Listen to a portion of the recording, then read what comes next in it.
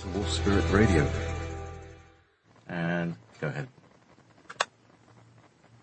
Well, hello everyone, and thank you for joining us today. I'm just sitting here having my tea break, my builder's tea break, and looking at the chat room and getting hungry from the discussion about chocolate that was going on earlier.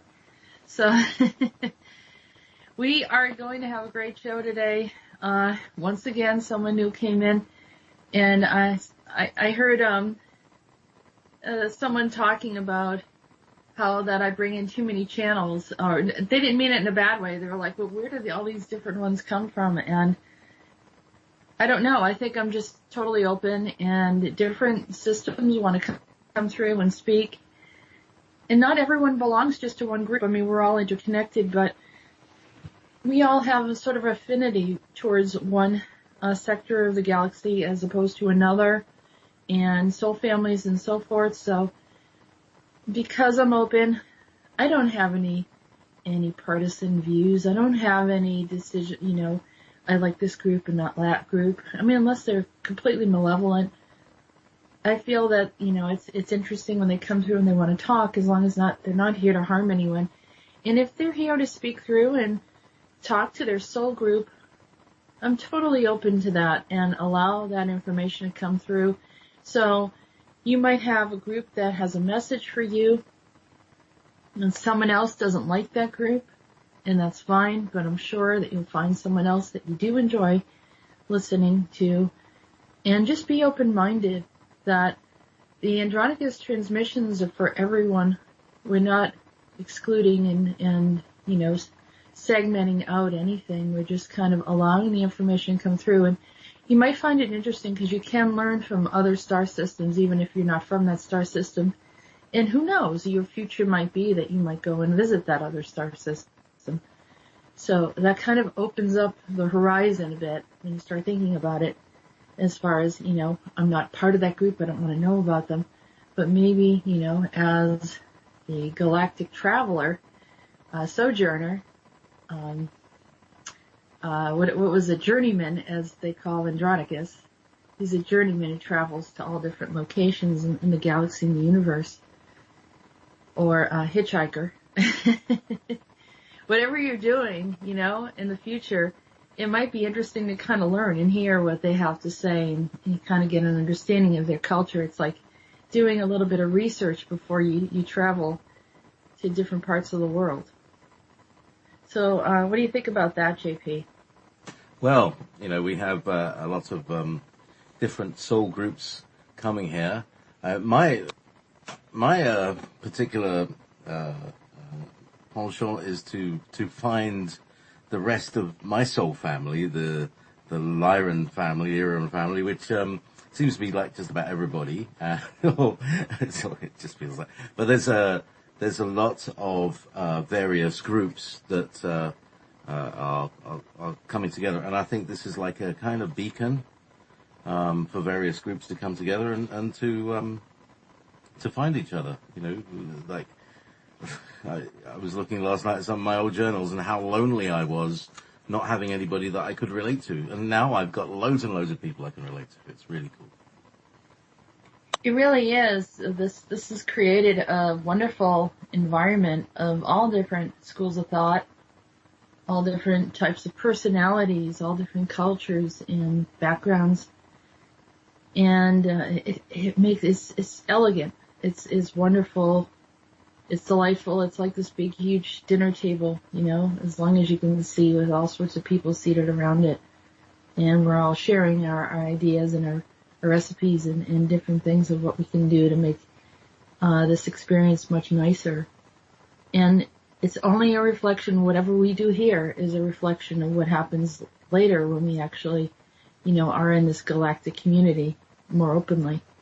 So, it's time to do it now. And speaking about Lyrans, I connected to this Lyran female during the Intergalactic Council with Viking. And she was called something like Shiran or Shira. Shira. Mm-hmm. Yeah, it's kind of an interesting name. So we're going to see if I can channel some of the information that she wants to say. I know that whatever she did, and she started showing me the city, and it was old Lyra that I was observing, that I completely got blissed out. I mean, it's like I couldn't really talk. I was just sitting there looking at it. It was really magnificent. It was beautiful.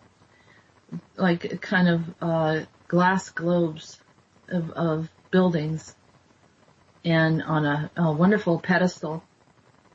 Just really, really beautiful. And it wasn't just clear. It was, it's like had these little, like, how could I say it?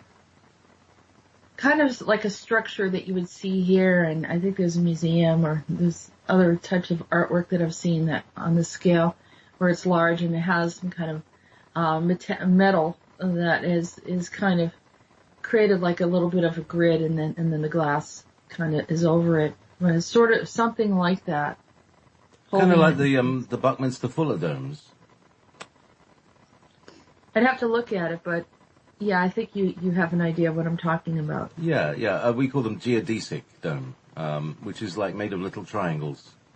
Or squares, yes. Actually. I was talking to a friend of mine this afternoon, that he is building a dome structure using diamond shapes that are linked together, which is quite he said he came up with the idea himself, but there's a word for it, and I can't remember it. It's something zonahedron or something, polyzonahedron or something like that. But anyway, it's another way of making dome structures. But yeah, geometric forms.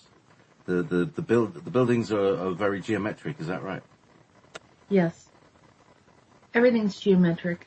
I mean, they understand these things. We do it out of design or whim. They understand the elements and the purpose of them. They understand the geometric shapes and how they relate, in a more minute or quantum field, what their purpose is. So everything has a higher meaning. We're learning a lot of different things from them, things that I never imagined. And I think you're going to enjoy the message from Rhodan today, because he is kind of allowing us to peek a little bit into how our reality has such a deep complexity, and that nothing in our existence is an accident. It was considered and thought and allowed to evolve and take its own shape and form, but there were also other elements that kind of meshed or came into it that, created other environments and other decisions, as everything is related to decisions and growth and opportunity. And ways of seeing things, the way, divine source sees things from multiple perspectives. So when we're narrow-minded, we are limiting ourselves. It prohibits us from really communicating with others, because there are other perspectives. But when we tell people, it's only this way, it's one way, we're not really allowing ourselves to see the full scope of things. And people have said to me, well, how is it that you're able to access this information? And I said, one of the key elements in being able to access this information is that this has absolutely nothing to do with my opinion. And so I literally will pull myself out as if I'm the observer. And then I do what I call allowing the information to come through without judgment until afterwards, and then identifying where it's coming from, what the source is. Of course, I'm not allowing the information to come through from something negative, but sometimes I will communicate from someone negative to ask them why they're, coming from that perspective and what's going on. And maybe there's a misunderstanding or something like that. But typically when I'm doing channeling, and how I'm able to communicate is that I do step away from it, and as far as judgment, opinion, and I become the observer, and the universe is a place for observing. It's a place for engaging as well. But if you want others to come through and have their voice and speak and say exactly what they want to say, then you need to allow them to do that. You'll never know what the other individual has to say if you're talking over them, if you're correcting them, if you're judging them. But if you step back and you allow them to come forward and say whatever it is that they need to say, then at that point you can learn where they're coming from and understand. And suddenly now your perspective becomes broader because you're seeing things through their eyes for that moment. So it's a wonderful experience. There are no wrongs or right in it. It's just being. It's kind of just being in this moment. So anyhow, not to get too all deep or airy, so forth. Meanwhile, You can get into back at the ranch. Yeah, back at the ranch. I wouldn't mind being at a ranch right now, seeing horses. But why don't we start off with yeah, we have a new one today called Lando. So you which have. I believe. Where is Lando? Lando is not. He's a person or being, and I believe his name that people know him as Lanto. I don't know if I should put it down as Lanto, but it sounded like Lando when he said it. Okay. Any idea what sort of character he might be? People usually know him as an ascended master. All right. Okay. But I'll try not to sound too pompous. No, you're gonna like what he had. Well, I liked what he had to say. I thought it was a good idea. And of course, we have Gary, Meetis, the land of the wizards. Some people feel very strongly about the wizards, some people don't, and that's okay. Just be patient and let that information come through for these people that need to hear from the land of the wizards. It's a really special place, and it has information that is very particular.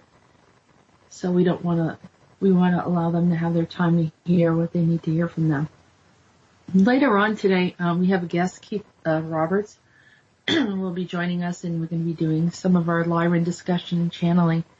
And I invited Conrad Zeiderveld, but I have not heard back from him yet, so we may have a visit from Conrad as well. Yeah, he may be working or something. He works earlier in the day, doesn't he? He's usually available after a period of time, but not always straight away after we do our shows. So he probably is coming home from work or something. Yeah, he lives in the Midwest, and he's also I don't know if he's in the Midwest right now. He was in the Dakotas, but he sometimes goes out to, I think, Arizona, New Mexico or something. And he has a lot of very, very interesting information. I was going to say something. I just totally lost my train of thought. Oh, okay. Also to let people know what's upcoming, we have a new podcast that's going to be coming up called Rhodan's Earth Council. And I just want to give you a little heads up. It's really wonderful. It's a wonderful group of people that Rhodan has been working with, and they're going to be having discussions, and often discussions about some of the transmissions that happen here. So I just want to let people know that's coming, and we're really excited about it, and I hope you enjoy it as well. So that should be coming up soon. And I guess they're going to be playing on Will Spirit, JP? Sure. Yeah. They're going to pre-record and just put it on there, so they won't be live for questions, but maybe people can pay attention to the chat and respond to questions later. Yeah, I'm very open to this kind of thing, like people making their programs, and I can plop them in the schedule when I'm not doing live shows, and that would add to our live content or our fresh content, let's say. Right. So, and that's wonderful. That's why this is an amazing place to be here at Will Spirit Radio. And I hope everyone always thinks about supporting Will Spirit, because I don't know what else we would do. There aren't many open-minded places that allow such freedom of expression and galactic conversations. So remember to keep on donating and assisting. eventually the RV or something's going to come through where the money's going to be abundant and it won't be an issue anymore. So then we'll just have more fun, more discussions, and launch some spacecrafts or something. Right, JP? That'd be nice, wouldn't it? Yeah, it would be. Pop by in the Divana. First trip to Lyra. Wow. Or New Lyra. Or new. It'd have to be new Lyra because, yeah, or it'd be new old Lyra. Oh, who knows? Who knows? What does it matter? They want to do a step back. They wanted to do a step back and go back to old Lyra. I think many of them weren't happy with new Lyra. It just wasn't the same. Yeah, I'd like to hear more about the people, the planets that were there and the groups, because from my kind of feeling memory, it's like it was a harmonious place where lots of different races coexisted and harmoniously. It was a paradise, and that's the paradise lost that Milton talks about. That it's like such a dim and distant DNA memory of humans, because there's been war for a long time.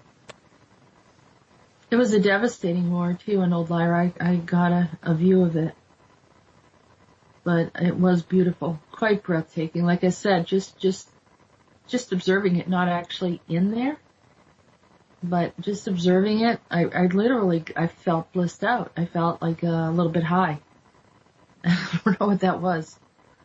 Well, it's very high. I mean, it's a high dimension. That's part of it.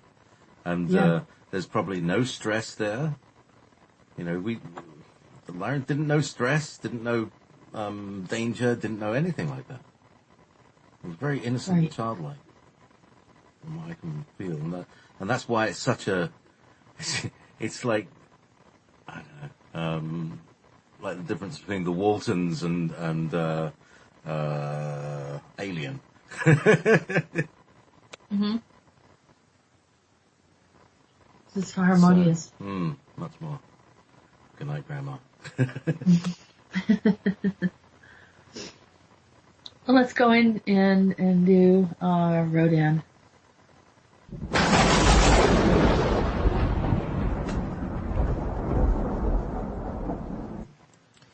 I'm standing by the ocean, observing the waves. Have you recently stopped and looked at your surroundings? The flight of a bird, the howl of a wolf, the pattern of the waves where the wind meets the water, the feeling of being by large rocks, the sturdiness of nature and tenderness of the fragile plants, all living side by side. Have you ever seen the sky look the same more than once? Even though the sun rises and sets each day, do you ever notice it's never the same?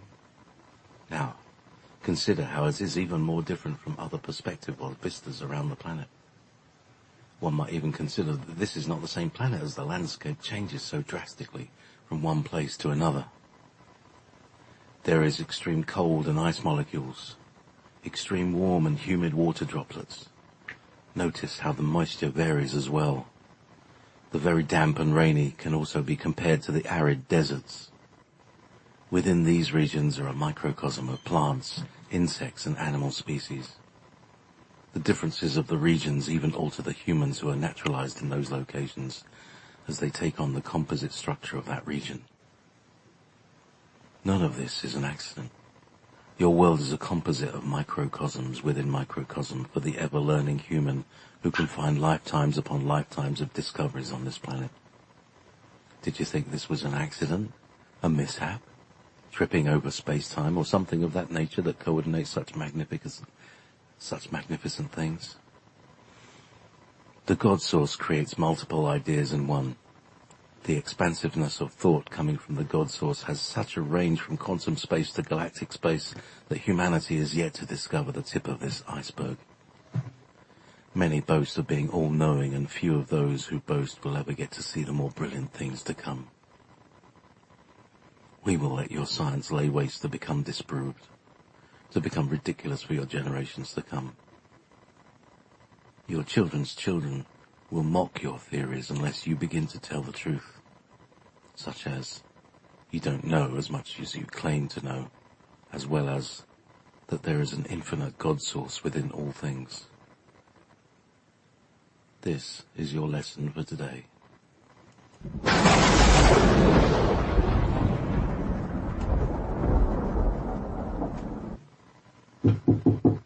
Come in. Hold on 1 second, JP.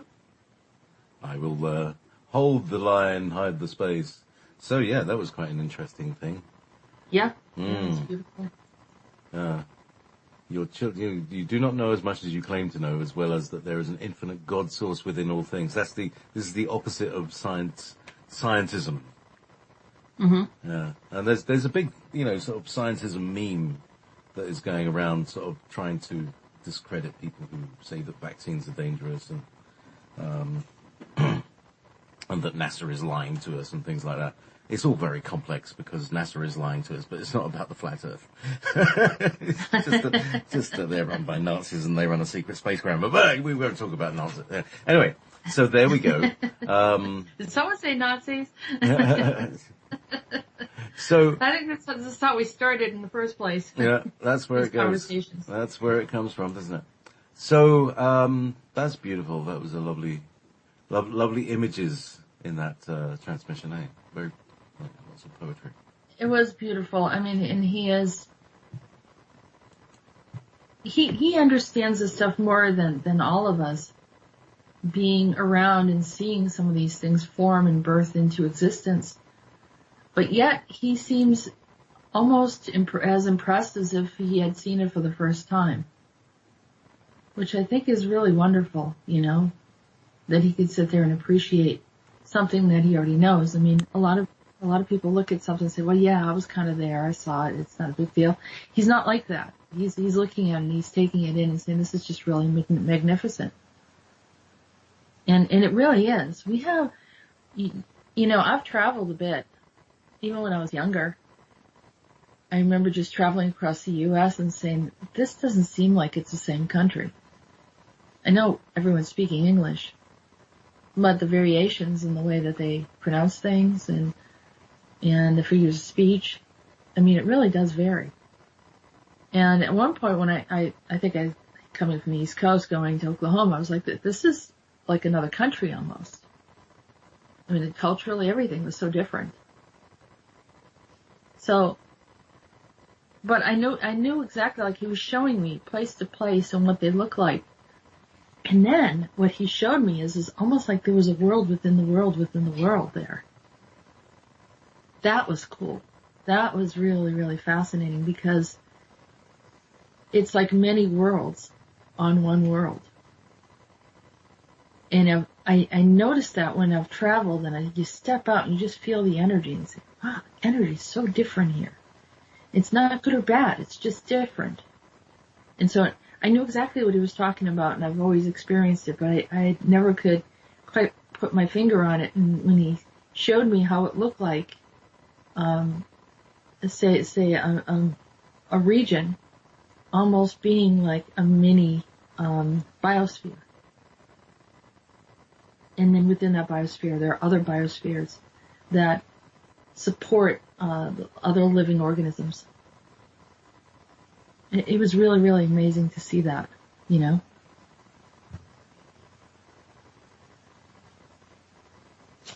So yes, microcosms within microcosm. I the image of that was like looking at like a little, those little biospheres bottles that you have, and you've got a little plant in there. And it keeps watering itself from the condensation and all that stuff, and it stays going. And then kind of zooming into that, and then zooming into a droplet within that, yes. And then going into a droplet with, etc. It's close to that. It's a little bit different in perspective because looking. It's a little different from that, but yes, that's pretty much the concept of it. And I'm trying to describe. It was almost as if he took a civilization, as if a civilization was sort of just dropped right in, like from another place. So imagine our world has aspects of different worlds all around other civilizations galactically in other dimensions. So we're like this strange cornucopia of realities all placed together on one planet. Well, that's what I was just talking about with Lyra, wasn't I? Yeah. Yeah. Well, Lyra is very utopian. Exactly. But to some, you hear some people say how, oh, I love Arizona. It's just gorgeous. It's arid. It's, the temperature, the way that the mountains are, the color spectrum. And then there are others that love it where I live because of the 4 seasons, that it's ever changing. You don't get bored. There's, there's the snow, there's rain, there's sunshine. It's near the ocean. There's mountains here too, and forests. And then someone might go elsewhere and, see some beauty in that land. And it's really a magnificent place. And I think if anything, then we can just fully appreciate how much and how blessed we are to be here.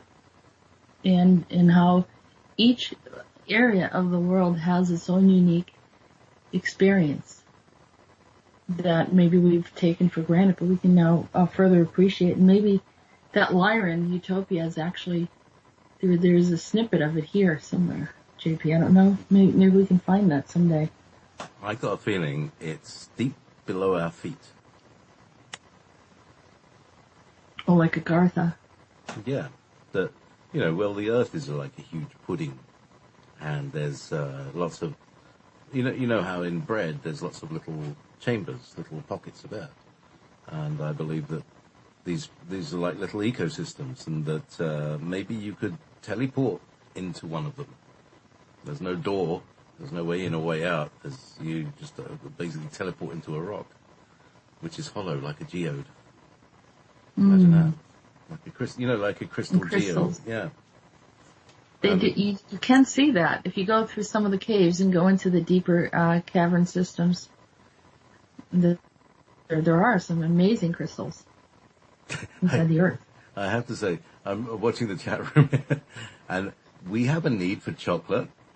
I don't know. There's like an underlying craving going on here. Everybody's talking about chocolate, and I said pudding, and Vanessa says, chocolate pudding. No chocolate. Well, I'm not going to say anything, Vanessa, but, I did go out and get some chocolate because you started the conversation in the chat earlier and I saw it. And I was like, she mentioned something about chocolate. And I said, there it goes. That's it. I have to go get some chocolate. So then I said, there's no chocolate on Jupiter. We still have to put it together and transport it.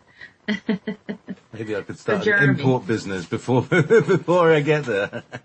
Yeah. Jeremy's chocolates or something. Well, I've just been given two squares of Cadbury's whole nut, which is. Do you have Cadbury's chocolate over there? We have it, but we have such a variety from all over, and the chocolate I have is endangered species chocolate, like an organic chocolate. Chocolate has no GMOs and all that stuff. 72% cocoa. Dark chocolate with hazelnut toffee. Wow. Sounds nice. I know. Thanks, Vanessa, for reminding me that I have it. Yeah. Well, I hope you'll enjoy whatever arrives for you. I imagine it's going to arrive tomorrow or the day after. Fun. But it's certainly en route to you. Wow, that's exciting. Oh, bathrobes and chocolate. Bathrobes and chocolate.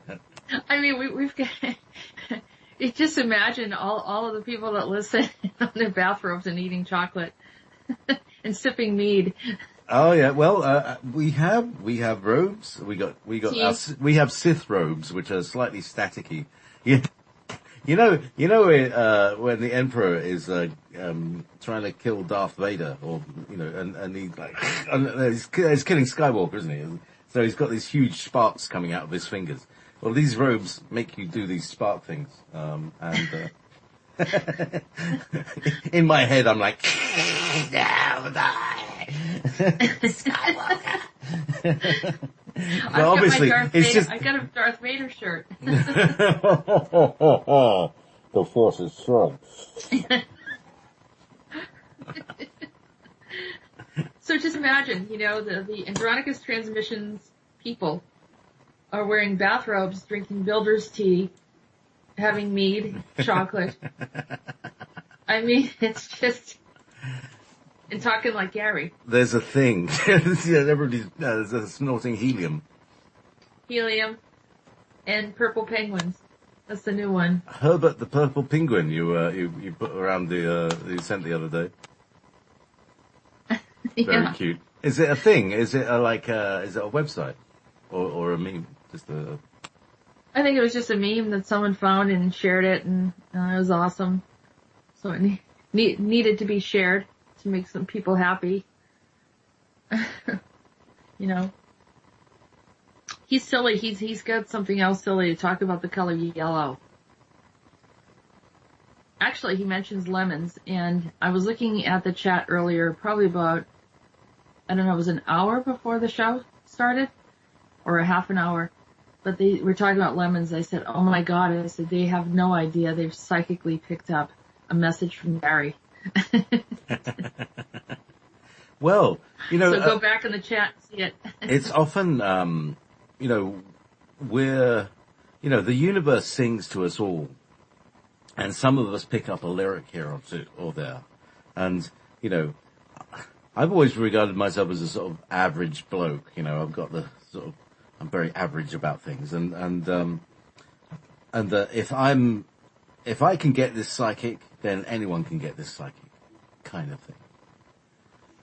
Right. And so we've all, during the time we've recorded this show, I'll be just kind of jabbering away. We're doing down in our sort of beginning of the show chat, and like you keep saying, oh, well, that's in the transmissions. That's in the transmissions. That's in the transmissions.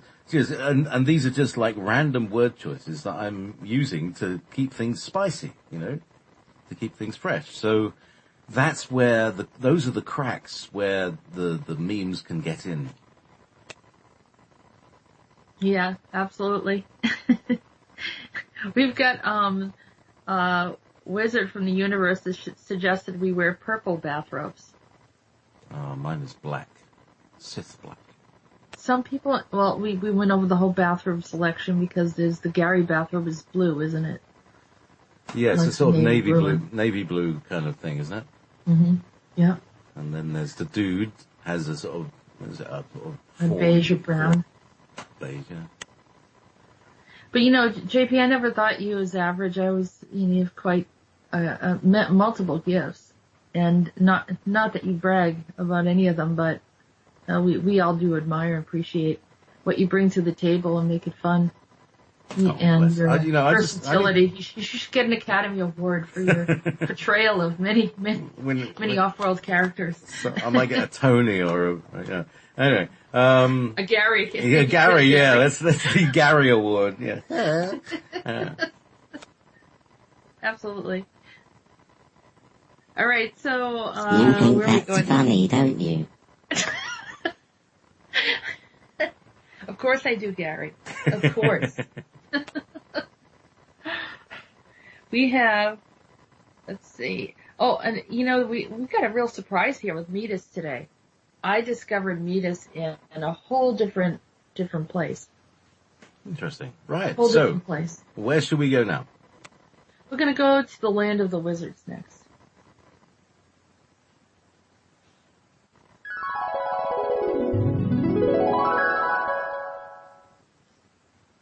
And I beheld a large silver-looking box with a very thick chain tied to it. I saw a wizard pulling out this box from a location of where it had been taken. Bartholomew, is that you? Yes, and KeithAZ is here as well. He still can't see you, and I find these conversations to be a bit awkward. He calls you my imaginary friend. That's the primary reason I don't talk to you more often. Hold on a minute while we draw out this box. This is the Klafchanksen. I observed while Bartholomew was drawing out the box that had a peaked-looking cover on it, similar to a roof on a house. As he began pulling it up, I could see that he was straining by the weight of it, although the size was not very large. Then Kelty reached in to assist him, and then Kelty said, Ah, Sig Salani, Druvenhut. Oh, yes, Kelty. They put a mark on it to display that it belonged to them. But we must know, I'm sounding too much like Borkham now. Yes, Kelty, they put a mark on it to display that it belonged to them. But we know our own handiwork. This is one of our devices. It appears they didn't know how to use it. They must have used it as a relic. Yet they were still able to extract some magical qualities from it. Foolish humans. What power you could have yielded if only you knew how to use the device. Can I ask what this device does, if used properly? It bends time and can even halt time temporarily. As I'm looking at this, I can see that it was a galactic faction that took this from us right from under our noses. It was the one called Lord Chendry. He's from a rogue galactic faction in a pocket universe. Did he come and visit you? He and many others who apparently were looking for devices. We suspected he had alliances with the underworld and the one you call Beelzebub. Chendry and his brother Chaudhry worked as a team with a bunch of mishaps and distractions. They lit one of our men on fire while telling a story, wildly holding a flame in their hand, depicting themselves as Prometheus. It appears they recognized you as Prometheus, Bartholomew. Yes, and all along they were taking our devices, power talismans, and galactic keys. This is clearly evident to me now. My question to you is, what was this power tool doing in Mexico in your dimension? I don't know. You know, that's a good question. Could it be that the Mayans used this to escape predator tribes in South America? Yes, but what's even worse is they could have destroyed your world with this device by mishandling it. My question is this the reason why they thought the world would end in 2012? Is it possible that in some reality or time it actually does? Or that at least stops everything in time? Yes, that's what I'm seeing now. It's a good thing we got it out of their hands. Let's see if they have any other devices, totems or relics that could be dangerous in their hands. Thank you for assisting us. Good fortune, my friend. We will communicate with you again soon.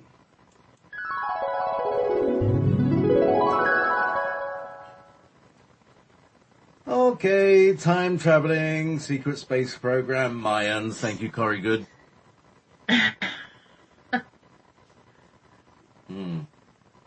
Yeah. Yeah.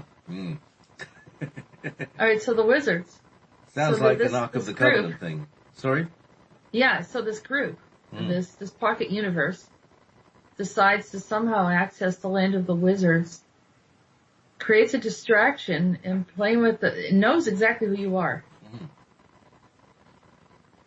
Acts as if they're holding fire, you know, because of Prometheus giving fire to humanity. Chendry and Chaudhry worked as a team with a bunch of mishaps and directions. They lit one of our men on fire while telling a story, and wildly holding a flame in their hand, depicting themselves as Prometheus. Do you want to know who I think Chendry was? Go on. Simon? Cheney. Dick Cheney. Dick Cheney. Oh. Chendry. Yeah. Lord Chendry. Lord Vader.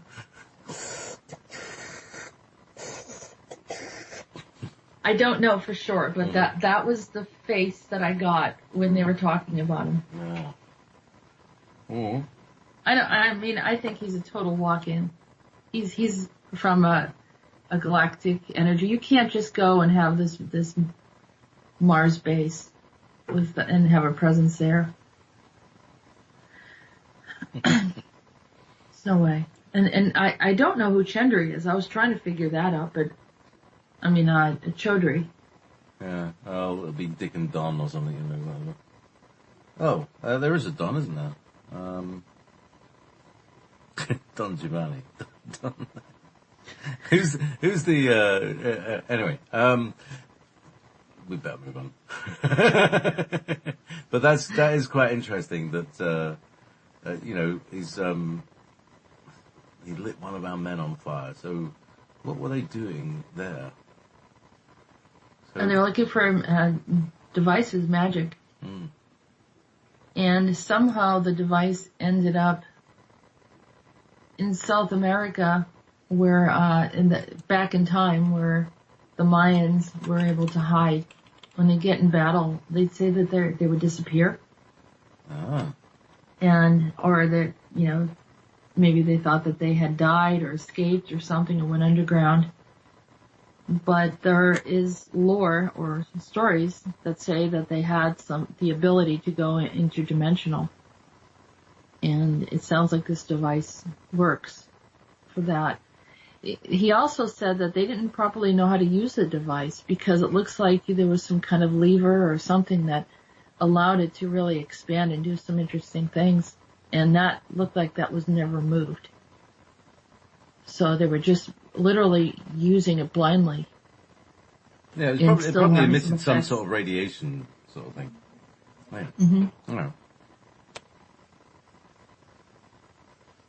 So, yeah, and that's where that was, when he started talking, I was saying, is this where they got this whole thing of the 2012 and the end of the world and there's no more information coming through, or they think there's no more information, or because there's no more communication, that means that it ends, or did they know that something was going to go off, and maybe it wasn't necessarily the atomic bomb that they were seeing, but something like this device that actually stops time and messes everything up, or improperly used. Yeah, it was really weird. I mean, I was trying to figure out, I could see the box too. The box was approximately, I want to say, slightly shorter than a foot long, and maybe about 6 inches wide, and approximately about 8 inches high, and it had like a roof sort of peak on the top, like one side is hot, it kind of dips down and there's a peak in the center going across, and it lifts up like a cover, coming over. And it had some kind of a metallic alloy that looked silver but dull silver, not really shiny, reflective. And it didn't have any texture to it. The cover had a slightly different type of metal alloy in it. It looked more tin color. Less like a white silver, like the base had. Inside there were some kind of contraptions, some levers and some cogs maybe, and some other things. And that looked like it was brass on the inside. Interesting. So a little mechanism inside it. Yeah. A steampunk time machine. How about that? Interesting. Yeah, that would be a good way to describe it. It reminds you're describing the shape of it. It's the same shape as my chicken coop.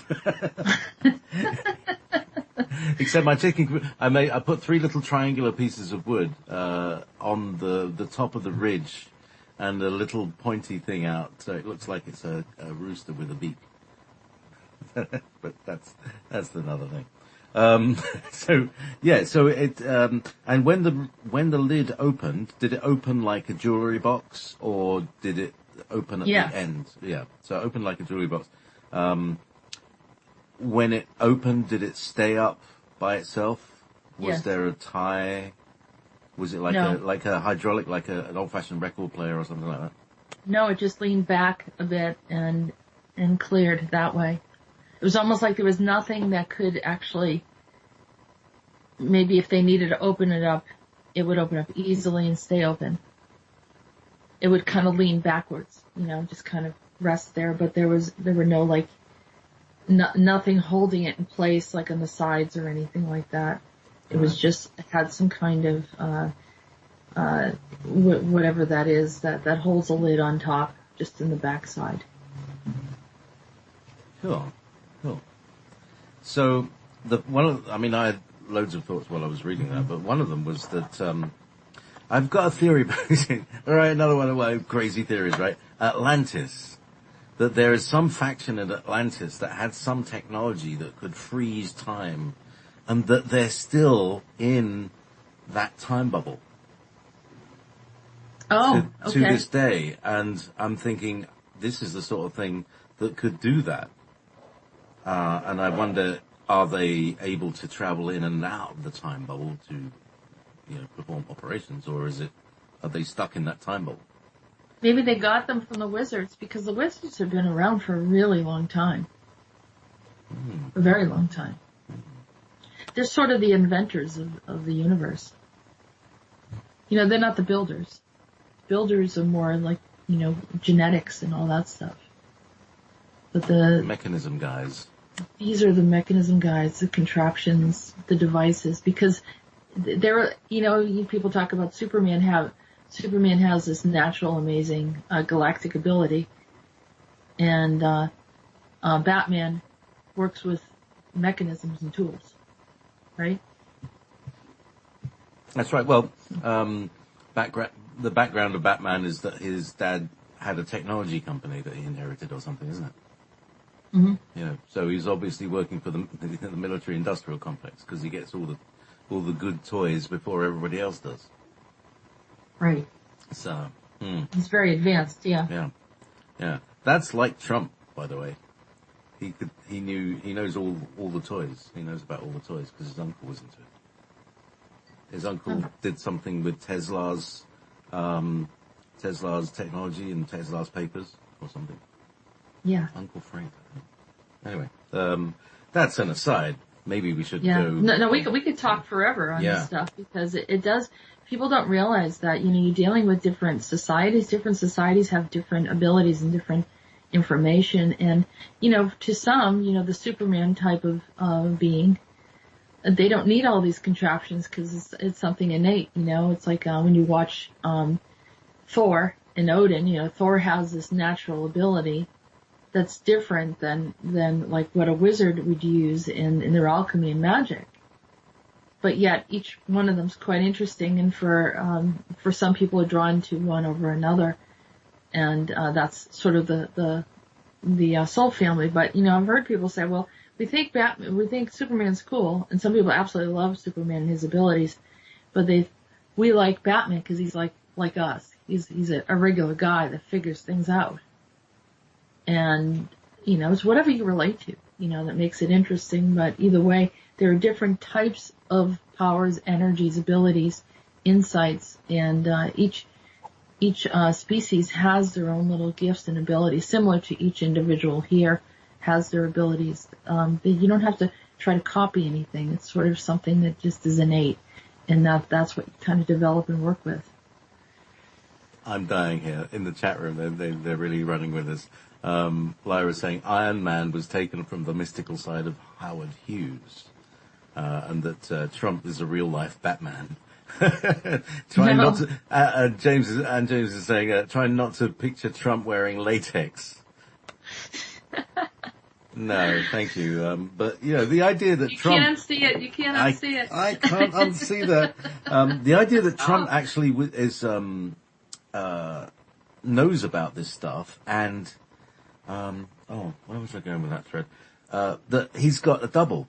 I've talked. We've talked about body doubles in the past, and the Paul McCartney replacement, all that stuff.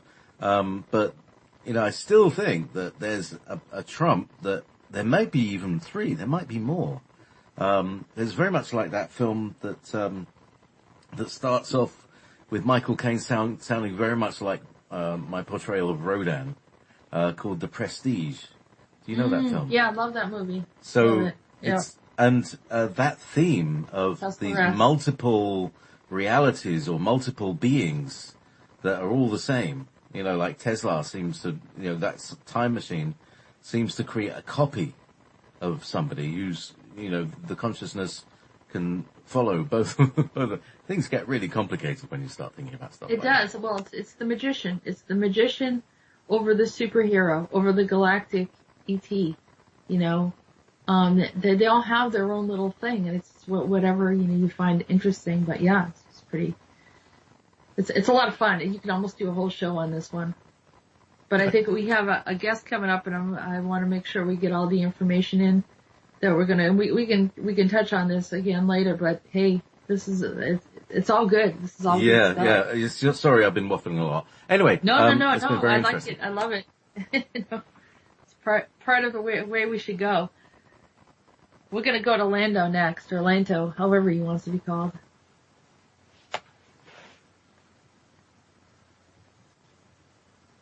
The intro music.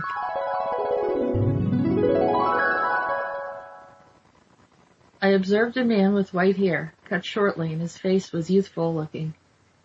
He had a slightly tanned skin and blue eyes. He seemed tall and had an average build. He was wearing a long gray robe, going down to his feet, and it had a V-neck collar. The sleeves were slightly loose and went down to his wrists. He turned and looked at me. Don't you recognize me? I looked a little closer and said, "No, I don't recognize you, but you do look familiar." It's me, Lando. You know me from Venus. "Oh, it is nice to see your presence here." I'm here searching for those who have taken from Venus what doesn't belong to them. Do you see those slightly sparkly energy fragments on occasion?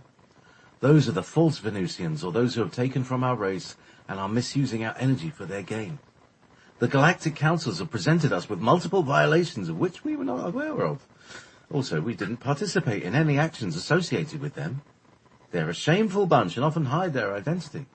How absurd to call oneself a known titan such as Valiant Thor. Was Thor aware of this misuse of his name? Maybe I can better clarify my point by saying that this bunch can no longer hide from us, nor will they be able to deceive the masses. We've done something that will forever tag their identities and prevent them from being accepted in any civilized society, council, or community. They will not be accepted, both on and off-world, forever. They will always be labelled as rogue and outside of decent civilizations. Their lies and deceit has caught up with them, and I'm almost complete in tagging the remainder of the group. Any innocent parties who unwittingly join their forces will have the opportunity to remove themselves from this marked group. We apologize for any and all fractions that they had caused on this planet under the name of being part of the Venusian community. Our intentions are to create a more harmonious communication between Venus and Earth. Our gateways are now shut off to rogue factions, and traps have been laid for those who intend to integrate our planet. Those imposters will find they are directed to a prison planet instead, which we're placed in an alternate space from our planet. The system has already been set where intentional vibration will determine your outcome. And so it shall be as I proclaimed it to be so. I expect you will consent to this proposal. Hold on a second, I lost you there. I consent. I can ask who is managing the prison planet. The Alpha Centurions have offered to assist us as an effort to clean up the galactic rebels. We will no longer rely on the Central Sun to manage our problems. This is a unified request from all galactic councils who have had to deal with serious issues regarding rogue factions. By the way, rogue factions regarding earthly corporations will also be included. Furthermore, we have 2 gates on the Earth humans have been using to access our planet. They will now be closed, and only those that are invited are allowed to enter our planet. Otherwise, matters will be taken into our hands with severe consequences. We're taking drastic measures to better gain control of a situation that got well out of hand. Moreover, we have volunteered our efforts to provide a prison to make up for the problems that have occurred in the past. We're not a harsh and violent planet and consider ourselves civilized, fair, and open to discussion, but we no longer allow the planet to be used as a rogue outpost. Well, thank you for sharing this, Lando. Your efforts are very much appreciated. You're very welcome. We're glad to assist and will continue to be available when needed. Our most fortuitous efforts are sent with gratitude to you and Earth's inhabitants. Thank you again, and I look forward to communicating with you more often in the future. Yes, lady. We honor your request.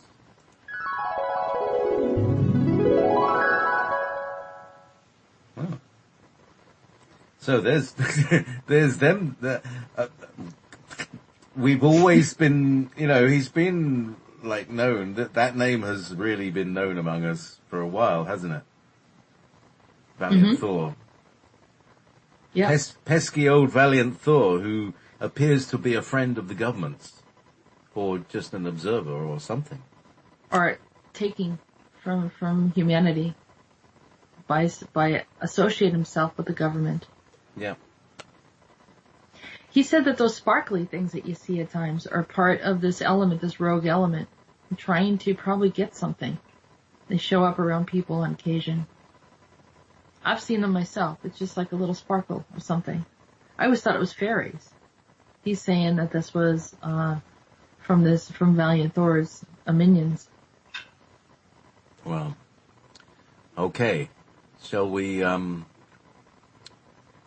hit the road, move swiftly on? We're going to move swiftly on, and we're going to come to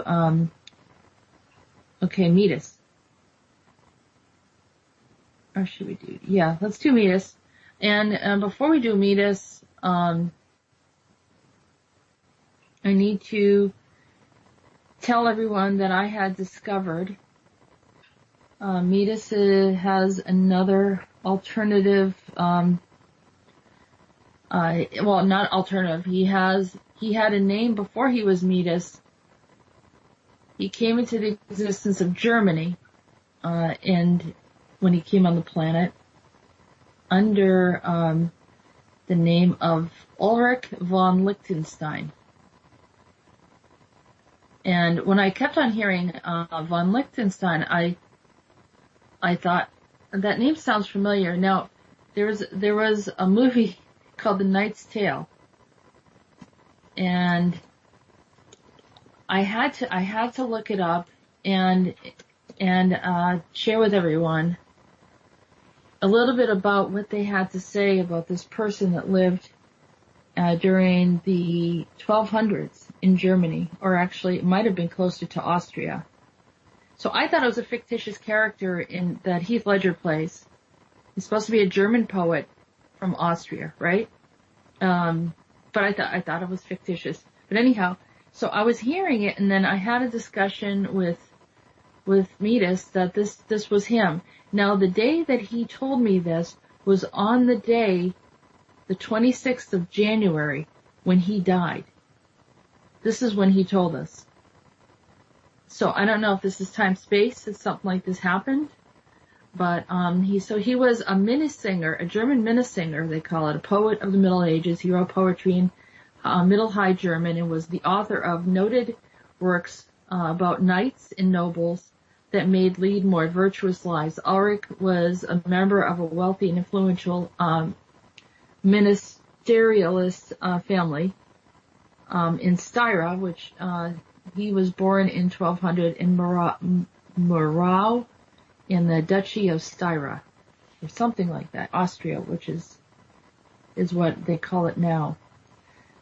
He also wrote stories about, I think he was a patron to a lady of a much higher station than him, and for 4 years he was a squire.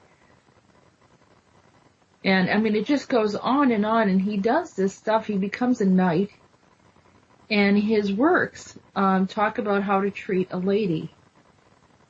At one point, he dresses in a guise as in Venus, Venus, the goddess of love, to get attention. He has this quirky, same sense of humor. He talks about the chaste, courtly love. He does joust.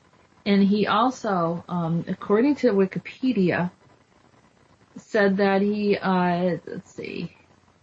takes on the role of King Arthur as Artus, and his followers becoming Arthurian Round Table characters. Regrettably, the first 2 pages of the beginning of what he wrote have been lost in time.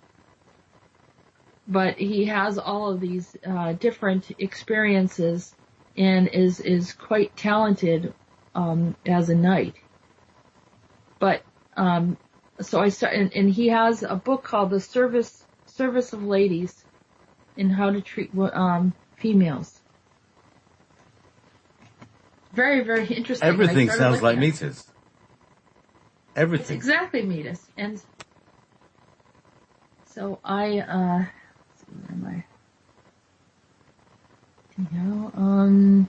I think I just got off the page. There it is. Okay, so let's read what he has to say about it. Okay.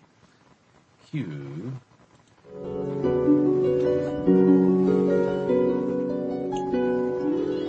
Hello, my love.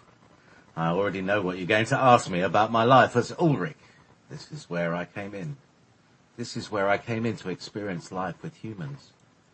This is where I decided that I liked it here.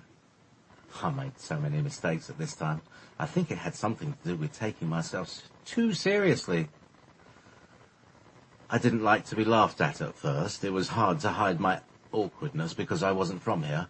I moved about differently. My body language was not the same. I was lighter at my feet, more agile and coordinated than most humans. I can almost lift myself on a horse with very little effort. My strength was superior, my accuracy second to none. Humanity has a way of making one feel the need to prove oneself. There is a competitive spirit in most humans that can bring fire into the soul, excite the inner being into the challenge. I guess it is the excitement of winning and how the blood rushes through the body. Makes one feel heroic. I like that feeling. There is also something quite amazing in seeing the women flutter over the one who is most victorious. It can make a man a bit weak in the knees. At least that's how I felt when I first came here. But it is me confirming to the civilization and their ways of thinking. And the ways of their thinking. Now, when I consider the experience again, I feel discontent. I could capture the attention of the most lovely female in the land, but feel my heart is more lackluster than heartfelt. The women of that time abused the power of the courtship of men. At times they would ask for horrendous deeds to be done in order to win their hand. I would wonder, how could such a lovely flower require such brutality to innocent men? I merely wanted to love them. I could never open my heart afterwards and thought, surely those men loved these women more than I, and they would lay dead or terribly wounded. As you know, I didn't want this anymore, and I pulled myself from it. For the many years that I competed and sang and shared my poetry, there were many stories written about me. I thought humanity was brutish, but I wanted to please them and wanted them to like me. Humans like heroes. I'm not a hero. I'm more of a fool, a jester and a clown brought deep into ruin by these games. Can somebody hear me, please? I did not do anything so terrible other than this was a time when I could not be me. I had to be Ulrich von Liechtenstein. I had to be a good lineage of strong talent and a hero of the people. I felt strongly about being a knight, about courtly love and honourable to the ladies. Every day I was on display. Everyone knew my name. Most of the time I would return home to a hay-filled bed, alone by choice, where I would lick my wounds and try to recover after a fierce battle. I know this doesn't sound happy, and I'm not making you laugh. I only wish you could understand that being a knight was not easy, as it left few to no rewards in the end. I can't tell you how many women I walked away from after all my words of being valiant. I decided to be true to myself in the end. I went along in my folly, mocking even myself in the process of it. Then I began to feel happy again. Meetis, the story says that you became Arthur and you had your round table. There were more than one Arthurs, you know. Possibly as 5 of them. That's why everyone's confused about it. The story about it is, you understand that Arthur had a purpose to shift the energy of the land to bring honour and integrity into humanity. The stories were lessons for young boys and young girls, the stories about betrayal, love and loss of life, life and loss of life. We would pave the way for a future generation. It would be more honourable and less brutish to one another. This was the beginning of the gentlemanly quarters and the respect of the ladies. This is the difference between a barbarous society and a civilized society. I paved the way for modern civilization. It troubles me to see how much humanity is turning back to their barbarous ways. There's too much cruelty and malice, heartache and deceit and unnecessary aggression. I'm speaking up because I want you all to have hope. I will tell you that when you accept who you are, when you respect one another, and when you see that you have a higher purpose, you will enjoy your experience here on the planet. Now then, hand me my stringed instrument. And let's let go of the past, shall we? I'll sing you a song that I hope will someday last. Here we go.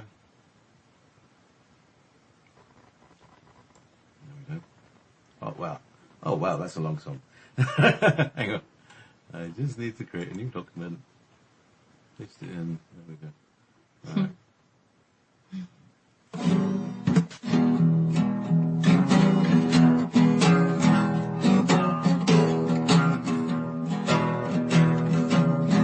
I rode a horse, the sweetest bell, a lovely horse, the whitest fell, danced and stepped in grace it leaped.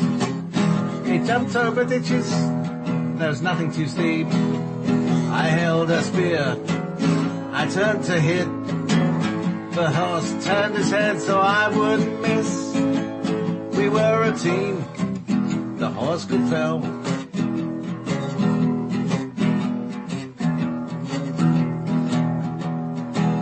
Until the hit, the bloodstained mane, I saw it move, and his eyes refrain. An unseemly challenge, what wars was won, when innocent animals died for our fun. So now I say, a Knight's Tale it should be.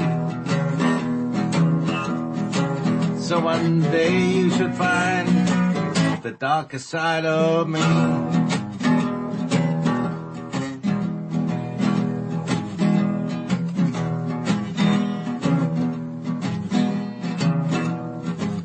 The shadow of death, the innocent ones, I pledge the song for all who've gone. My heart did beat in times of war, but now my seat is beggars and poor. Till daybreak dawn, I'll come again. I'll return to Yorkshire and sing by this mighty pig pen.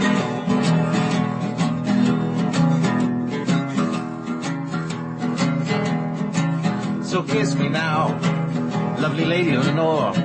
I'll keep you all night with my funny snore. I'll sing you a song in my bed full of straw. 'Cause in my heart, I will know who you are. La la la, la la la, la la la. Will you be my morning star? La la la, la la la. I'll sing with my sweet guitar. La la la, la la la. I want to be in merry old England once more.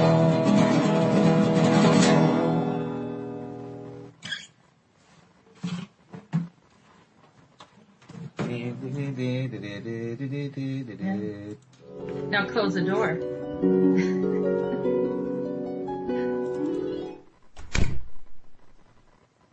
How's that? Yeah, perfect. Oh, I see. Now close the door. Right. So, shall we swiftly see what Gary's up to, and then we'll play some tunes. Yeah. And bring on. Hang on there, Keith. We'll be with you. Hang in there, Barley. All right, here we go. Let me switch off this and turn on that.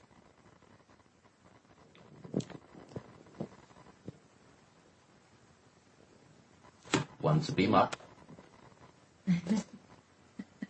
Gary. Hello, Gary. Oh, hello. Yellow. Let's ponder the colour yellow. Sunshine. Lemons. I rather like lemons. A little bitter, but they make my face a little wrinkly when I eat one. Do you like lemonade, Gary? No, not really. But I like lemons. They make me happy. I once had a car that was a lemon. It had to be towed a very long distance, so I had to paint it yellow. You know, Gary, there are lemon laws when you purchase a car. I know, but who likes to do all the paperwork? Besides, mine is not your ordinary vehicle. My vehicle is supposed to be make-believe according to your government. We always tell them we're not real when we park by the White House, so we tell them, just ignore us, we're not real. They don't say anything to you, Gary? Well, we just say, pink elephants in the room. Then they get nervous, paranoid, and walk off very quickly. I once had a conversation with a soldier and asked him if he had a spare pair of socks. He began to take off his shirt and said, "Do you want anything else?" We had a lovely conversation. He gave me his shirt, his socks, his pants, his boots. He asked me not to harm him. Then I said, "Thank you." I thought it was very generous of him. The uniform came in handy when I walked in the Pentagon. Everyone acted as if I was invisible. I think they noticed I was a little shorter than the others. Do you think that they could smell the cinnamon on you? That's a personal question. Are you suggesting I have a hygiene issue? No, I was just wondering. I know that you like cinnamon. Tell me something. Why do humans focus so much on the outward appearance? This is the reason why Dracos portray themselves as beautiful humans, because they know they can have anything they want. No one ever questions a thing if the body looks good while everything on the inside is rotted.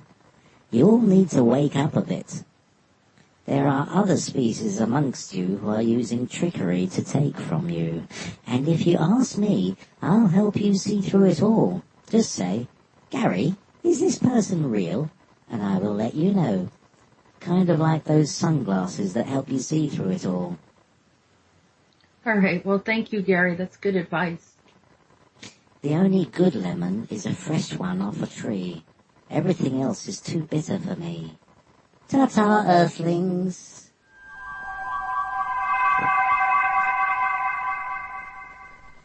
There goes Gary. So we play some tunes. Yes. We'll be back with Keith Roberts. You.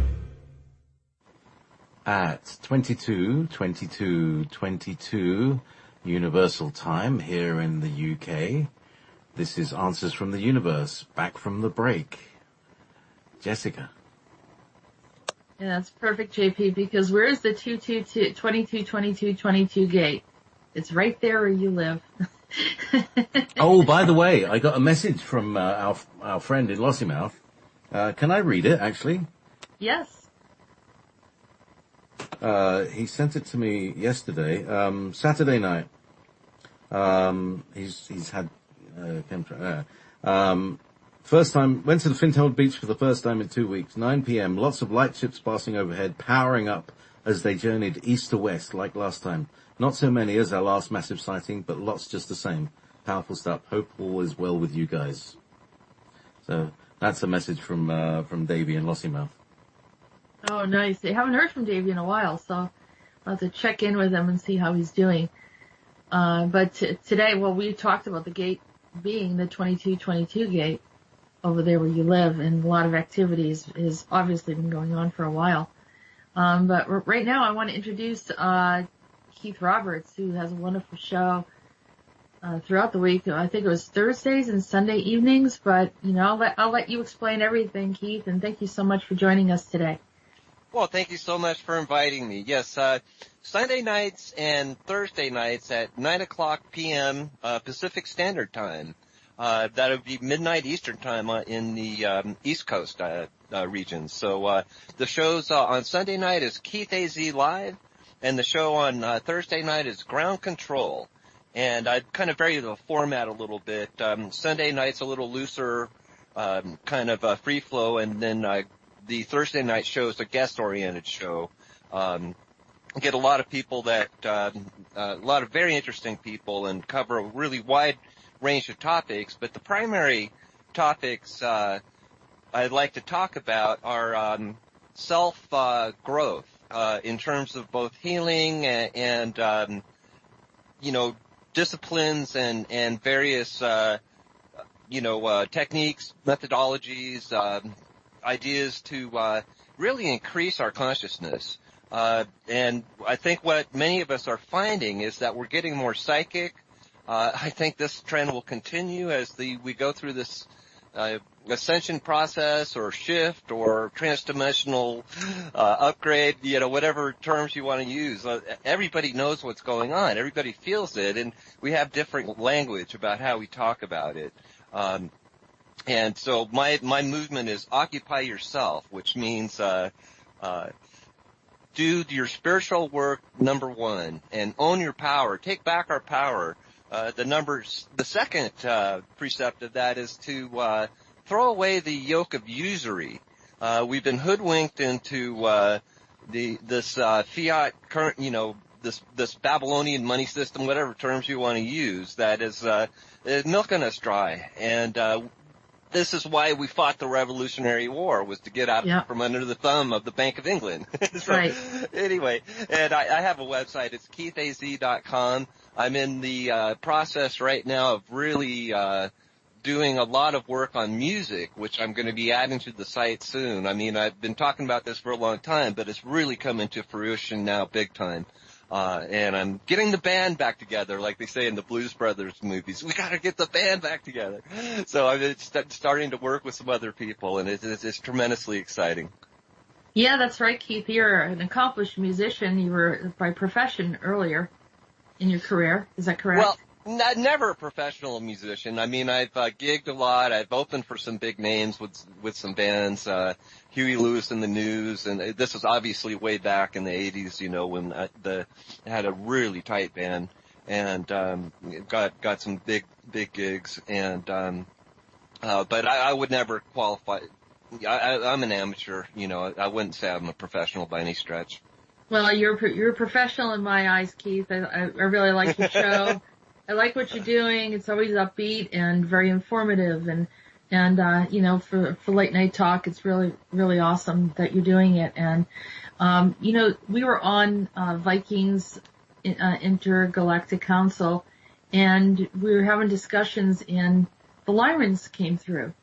So you were there at that point, and, it sounds like you have some information that you wanted to share with us regarding the Lyrans, and you wanted to discuss it further, where I'm going to try to speak with Shira today and see what she has to say and be here to answer questions.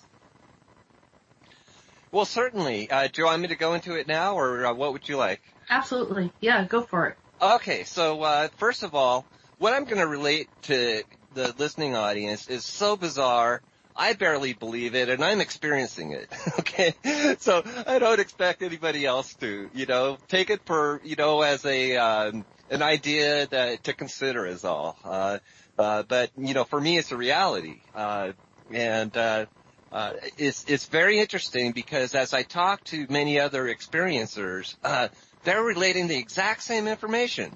Talking about, the first time I came across this was a book called The Prism of Lyra, written by Lissa Royal and Keith Priest. It's a very interesting book. It didn't get into, it talked about the Illyrian diaspora, but it didn't enter into the reptilian wars which created the diaspora, which was the generation of that, because the Illyrians got attacked and had to flee and then seeded so many other planets. And so anyway, here's where it gets really intense. I'm at a New Year's Eve party, sitting outside having a cigarette, and one person was with me, but she finished her cigarette, went inside, and then I look up, and over this low bluff, and this object that flew by was so close. I mean, I'm talking maybe a quarter mile, maybe less, maybe 500. It's hard to estimate, but it was close enough to have a pretty good frame of reference to say that it looked to me like the object was about 30 feet long and about 15 feet high. And it looked like an emerald, like a faceted jewel, kind of like I said, longer in one dimension, about half as high in the vertical. But the thing about it that was intense was it was glowing such incredible hue of green. I mean, it was just astonishing color. It just went through me. It was just stunning. And it flew by very slowly too. It didn't just zip by. It wasn't a distant line in the sky. I'm telling you, it was really close. And so I was able to watch it pass along and then disappear behind this bluff. And I was just stunned. And I've seen UFOs before. I mean, I saw a military jet in broad daylight chase a glowing sphere over the sky here in this area where I live, which is in central Arizona, quite near Sedona, which is an interesting story in of itself. Sedona, if you ever watched a YouTube video called I think it's called Sedona, the most mysterious place on earth. And I saw a lot of amazing things then. We're talking black helicopters, military convoys out to Secret Canyon. I mean, that's literally the name of it, Secret Canyon, which then is at the base of Secret Mountain. And the channeling that came through from Bashar, or Daryl Anka, the brother of Paul Anka, channels this extraterrestrial name. Anyway, he reported this war between us and these rotten aliens, and at any rate, all kinds of crazy things were happening. But let's just skip ahead. So I coming in the party, I just saw the most amazing thing. I mean, it was stunning, and I've had so many bizarre experiences in my life. I'm also an alien abductee, and that this seems even beyond that. So I start feeling really tired, and I said, I'm going to retire early. I didn't feel the need to party or anything. It's just another New Year's Eve. It's really just another night of the year. But I was having fun. So I go home, and I'm feeling this incredible energy. Really euphoric, really intimate, really, like, it felt like, psychic surgery, like my aura or my chakras were being operated on. And I'll get to what my understanding is of what that was. But at the time, having had the alien abduction experiences, I'm going, look, I don't know who you are, but I don't trust you. Stop it. Even though it feels really good, you got to understand this is super euphoric energy. So at any rate, it continues, it doesn't stop. And, I fall asleep because it's, I'm sort of being like put to sleep because it's like major work being done on my, energy system. And, my understanding now is the purpose is that was to upgrade me to be able to run these higher energies, particularly these, Lyrian energies, particularly the pilot of that ship. So anyway, I continue to feel a little tired the next day, but then I'm back to normal. And, that's, another UFO sighting. I've had, many of them. But nothing as stunning as this one. I have seen also ships that look very much like, not what Billy Meider's photographed, but what a man by the name of Ed Walters, photographed in the Gulf Breeze sightings, if anybody's familiar with those. And actually, if you look at my website, you'll see the start of a book I'm writing about my experiences, and I haven't gotten to this part in that, but I have gotten through, to the alien abduction, and there's a photo of the craft if you're curious, and the beings that were in it and stuff like that. So anyway, about a year and a half later, I'm suddenly starting to feel this incredible love energy. It's like being in a relationship. When somebody really loves and cares about you, it kind of energizes your body. You feel you just feel healthier.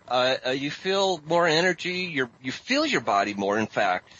You just kind of feel your fingers and your heart and all this stuff kind of opens up. That was opening up for me. And so I'm realizing I have a new guide in it. And, but it's very confusing because I'm not in a relationship. I'm single, and, so as time goes on, I'm getting more and more communication and I'm getting more and more confused, because I don't know what to make of it. I've never had anything like this before. I've never read any accounts that mirrors that. Certainly we know of many contactees that report their information, but, I haven't heard anybody describe a story like this, although there probably are. I cannot believe for a second I'm the only one. I'm probably one of millions. I think as the veils between realities are lifted and our conscious energy rises, which is the main goal of my shows, is to raise our conscious energy and move into this greater awareness of our galactic family and the abundance which we are manifesting.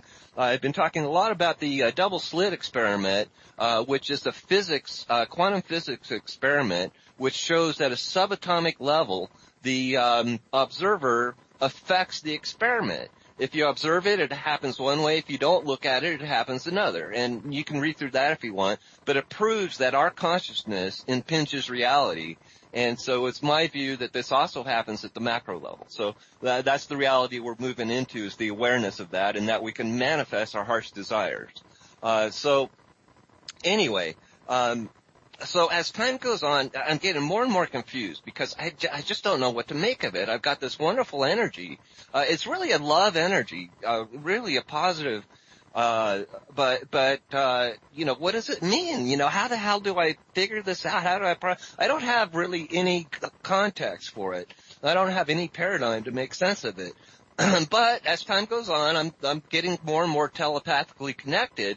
So I'm starting to understand. And so I'm realizing that this is a being. She was able to manifest physically here, although it's my view that she's in like a slightly higher dimension, you know, so I think it was not only hard for her to manifest, but I think it was also dangerous, because at that time, that was back in 2014, that wasn't, as, you know, safe for them here, and I think it's getting safer, to the point where we will have open contact with the very positive extraterrestrials, the Lyrians, the Pleiadians, you know, whatever other groups in the galactic federations that are of a, you know, really positive, beneficial nature. And I think the darker energies have been removed, particularly the reptilians, and there's some concern about AI as well. So, at any rate, then as I'm coming to understand this, I'm feeling very worthless. I'm feeling like, why are you talking to me? I'm far from anybody special. I mean, in fact, I'm feeling like I really am a failure in many ways. I haven't accomplished financially what I've liked to, although at one point my best year I earned about almost $100,000. And that's fairly decent money. Yet at the same time, I'm lonely, and, you know, I've never found a partner that lasted longer than 3 or 4 years, you know, and so, I'm just thinking, you know, this doesn't make any sense because I'm nobody. And I'm lying in my bed, just feeling really kind of sad. And, this being comes to me and merges in such a way that I see myself through her eyes. I mean, it was so, I can't even describe it, man. It's like to actually look at yourself from outside of yourself, from this energy that is so loving, and telling me all this stuff. And I'll talk more about it, but why don't you, or JP, if you have any thoughts, go ahead. Well, I kind of. Yeah. Well, I like the idea. I mean, you're an experiencer, and a lot of the people that are listening in are experiencers in some way or another, and that's what brings them in here, because this is a place where we can safely talk about it, and all of our, you know, discomfort and fears and elated, you know, kind of euphoric feelings, and all, it's an amalgamation of all these different things, because, you know, I started becoming an experiencer when I was like 5 years old or so, recalling myself, you know, in the middle of the night, standing outside wondering how I got there, about 5 years old, looking up above the house, and there's a spacecraft hovering over it, and I was like, well, you know, that was sort of wiped out of my mind until, you know, it was really weird, and you can relate to this if you like pop music, and people see that I love bringing music into my show.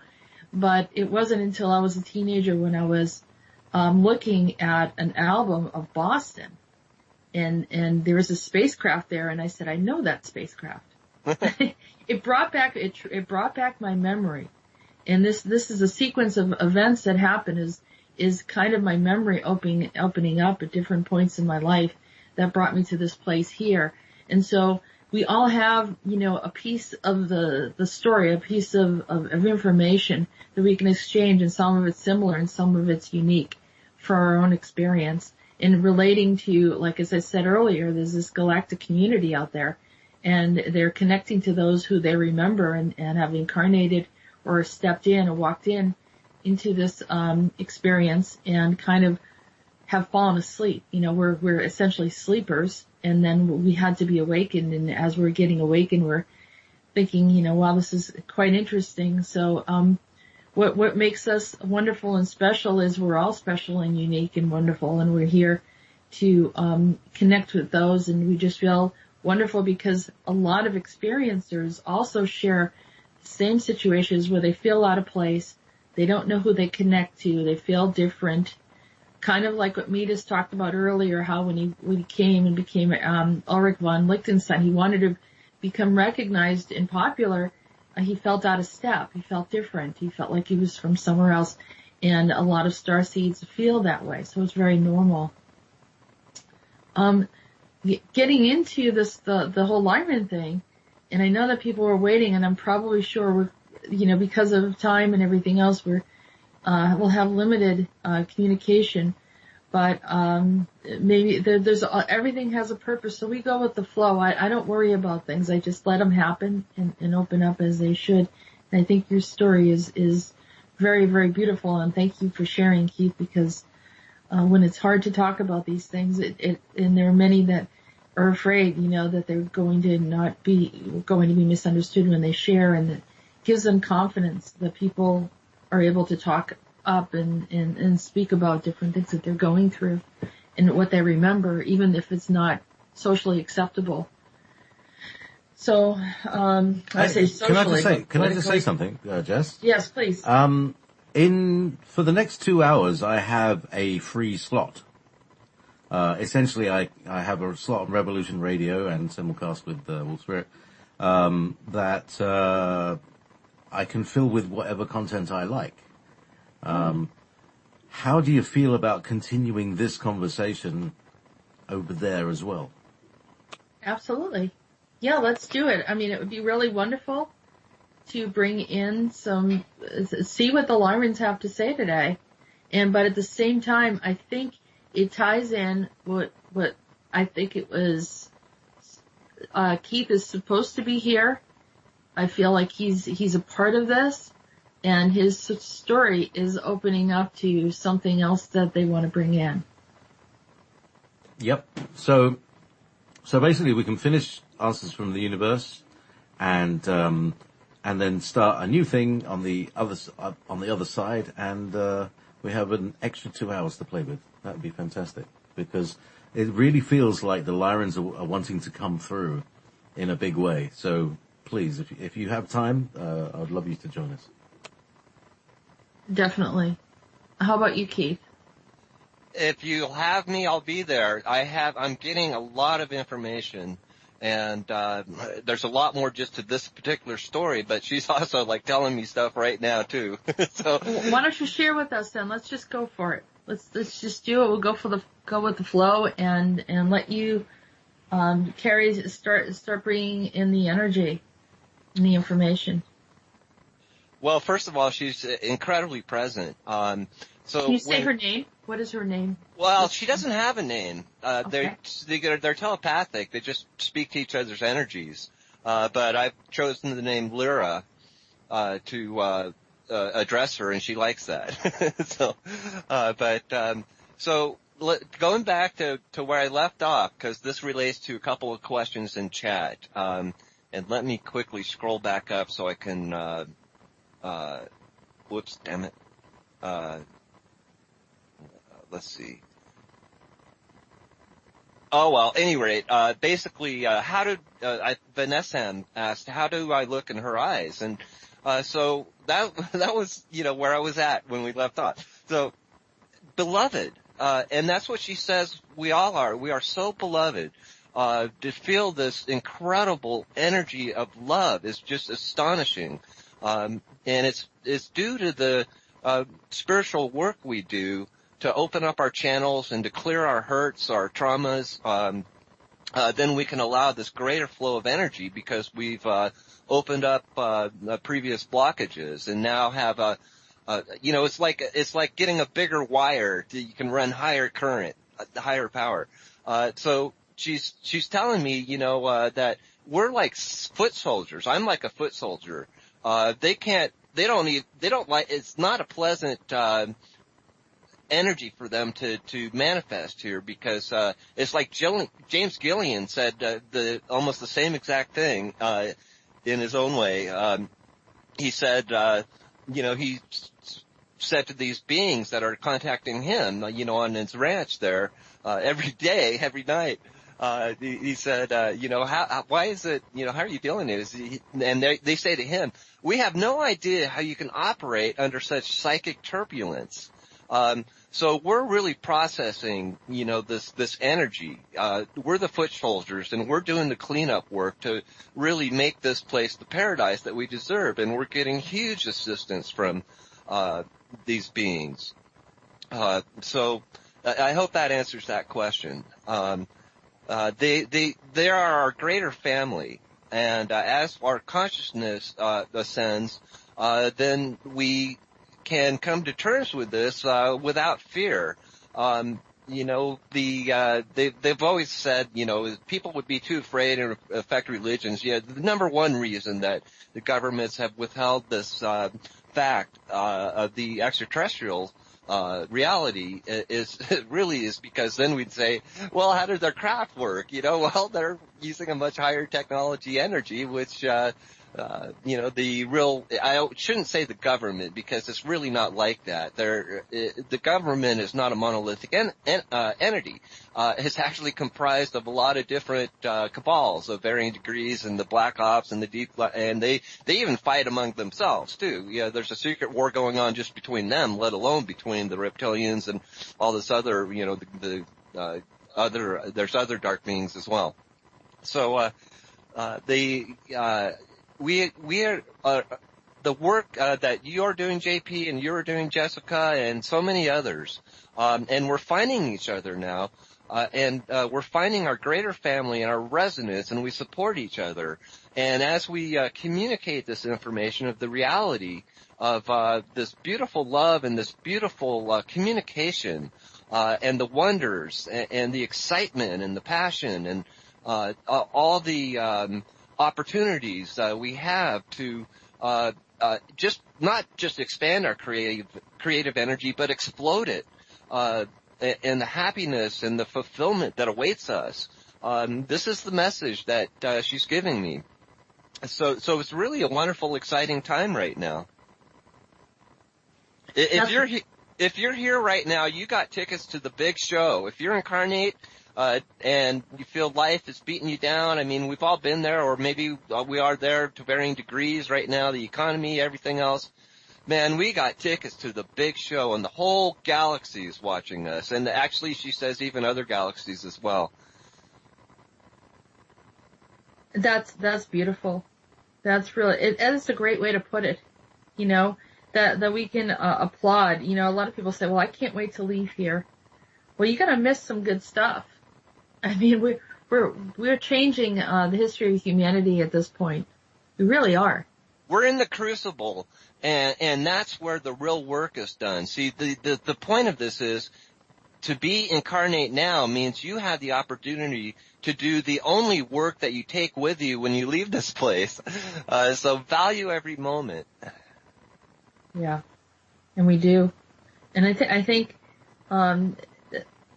people, like I said, they have their own different perspectives and views, but doesn't it feel good when someone comes in with some positive encouragement? Because, we have a lot, we're licking our wounds, we're kind of going through some of the struggles of kind of this, like growing pains of being a galactic being here, incarnate. And so, but there's these blissful moments that come in when the stars come through and just comfort us. And I've had those moments where I just, I've had my moments where Shiva would show up, and I'd be like, wow. There's no words. There's absolutely no words. Energy is just so profound, and it's like you're in this magical, beautiful, fantastic, wonderful, blissful world of being, and where there's no impossibilities. It's delightful. There's a question in chat, what does Keith's contact from Lyra look like? And I believe the question is, what does this physical entity, how does she appear to me? This actually, I forgot about this, so thank you for the question. I was just looking up for the internet to put on images on my website, and this image is on there, KeithAZ.com. If you go to the images, you can find it. And it's attributed, it's not, there's a physical picture of a similar woman, but it's actually an artist's illustration of what's attributed to be KeithAZ. This is not KeithAZ. It's just very similar in appearance, this being. And and it's confused, and people give me a hard time. No, Keith, you're being fooled. It's the dark forces and all this stuff. And I'm like, no, I'm not. You can't fake that energy. I mean, it just doesn't. And, one of the things she said to me when she was doing the psychic work, I asked her, how is it that you can do this on me? And she said, I am you. She also says, I am one of the first. Very interesting. But that is what our physical appearance looks like to me. And I was going through the internet. I was looking for images to put on it, and I did a search of images on alien babes or something like that. No, that's bad, but I just, it's just kind of fun. And there's a B-movie picture on there too that's very silly. But so I see this image and I go, I know this person. And not knowing that it was attributed to KeithAZ at the time, and I said, I know this person. I looked at it and I was just feeling this energy, and that's what really started me feeling, started the telepathic contact. Right, because KeithAZ doesn't, and I have interacted with KeithAZ, and KeithAZ may be a different type of entity. There's different variations. Remember that there's all different beings that are portraying to be one thing or another. But the benevolent ones, you can't miss it. So, I wouldn't worry about it, Keith. You just, your truth is your truth. And so it doesn't really matter that if there's always benevolence and kindness from your interaction with this being, then that's wonderful. It's beautiful. And like I said, some people have told me that Shiva is dark. And I said, you know what? If people saw how he was, they'd love him. They would absolutely love and adore him. He's wonderful. He's like a child, and so beautiful and blissful and kind. And there are others that I've interacted with, as you know. I mean, of course, like Andronicus and so forth. But the Lyran beings that I've seen, they're quite beautiful. I've seen a few. The males. Almost have, I want to say their hair is a little bit like a lion's mane. And they don't necessarily have cat-like faces, but very, very beautiful, exotic-looking faces that look humanoid. So they're very, very interesting species, and there are definitely people here on this planet that look that way. Sort of, if you look at it, but the interesting culture of how they portray themselves, but it's the energy that they bring in. It's a harmonious, loving energy, that of wisdom and a higher perspective of you, coming from a higher consciousness. So, we can freely share what our experience is without, any feeling of, what someone would understand. And it's very likely that some of these beings sort of look similar too, or a darker version could have imitated someone that's lighter. So, there were no rules in that parameter. The dark ones can shapeshift. They can make themselves look very human. They can look like famous people. They can look like presidents and rulers. They can also be very glittery and seductive, and that is one thing to look out for. I've had that experience. We probably all have at various times, I would suspect. Now, the one thing that people don't know is KeithAZ was also considered amongst the angels as a kind of a fallen angel entity, too, in a male version. And not to get too deep into that part of it, but I'd rather, just go into the part where, share some of the things that your friend from Lyra has taught you, and let us. Well, we have about 5 minutes, right? JP, how did you want to do this? Did you want to take a little break in between and then go into? Yeah, I'm looking for a bit of music that I'm going to play in the break. I might actually put some of my old band on, just to punish you all. Yes. The Mystery School. We had some good tunes in there. And then we'll have a little break, and then we'll join Revolution Radio and start the next 4 hours of broadcast replays. So I'm really glad that we've got some actual spare airtime that we can use. And who knows who else might come in. I think it'll be quite exciting. Yeah, well, we're going to get into some more channeling for people that want to, hear, and I'm going to try to go slightly into a trance and see if I can go to that place and communicate again with Shira and see, who comes in. So it might be quite interesting. I have no idea what's going to come up. Never do. So when I channel the information, I usually have it typed out. I don't do it live like some channelers do, because it doesn't convey well, especially when you're having conversations. It seems to make more sense to type it out, and you can actually see the exchange and the dialogue.